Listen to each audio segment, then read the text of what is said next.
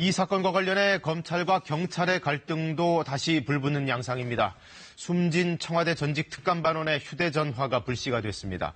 사망 경위를 밝히기 위해 당초 경찰이 입수해놨던 것을 검찰이 압수수색으로 가져가 버렸고 그걸 돌려받겠다며 경찰도 똑같이 압수영장을 신청했지만 검찰이 반려했습니다. 화가 난 경찰은 수사권 조정 문제까지 또 언급하며 검찰을 비판했습니다. 보도에 정재우 기자입니다. 고인이 된 전 민정비서관실 수사관의 휴대전화를 받기 위해 경찰이 신청한 압수수색 영장을 검찰이 반려했습니다. 경찰이 신청하면 검찰이 법원에 청구해 법원이 발부하는데 검찰 단계에서 이걸 돌려보낸 겁니다. 검찰은 선거 개입 혐의와 사망 경위 규명을 위해 휴대전화를 조사 중이고 타살 혐의가 없어 보여 압수수색 필요성을 인정하기 어렵다고 설명했습니다.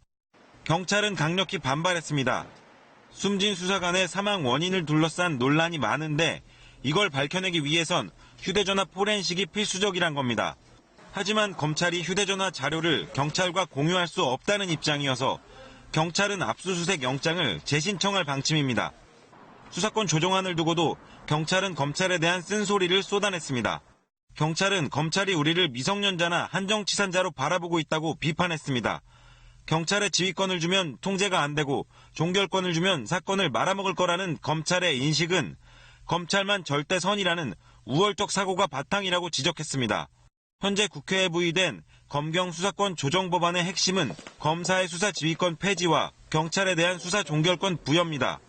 경찰은 검사의 수사 지휘권 폐지와 관련해 법안에 이미 경찰에 대한 통제책이 여럿 포함되어 있다는 입장입니다. 수사 종결권에 대해서도 경찰이 송치하지 않은 사건 기록을 검사가 검토할 수 있는 등 통제 방안이 충분하다고 반박했습니다. KBS 뉴스 정재우입니다.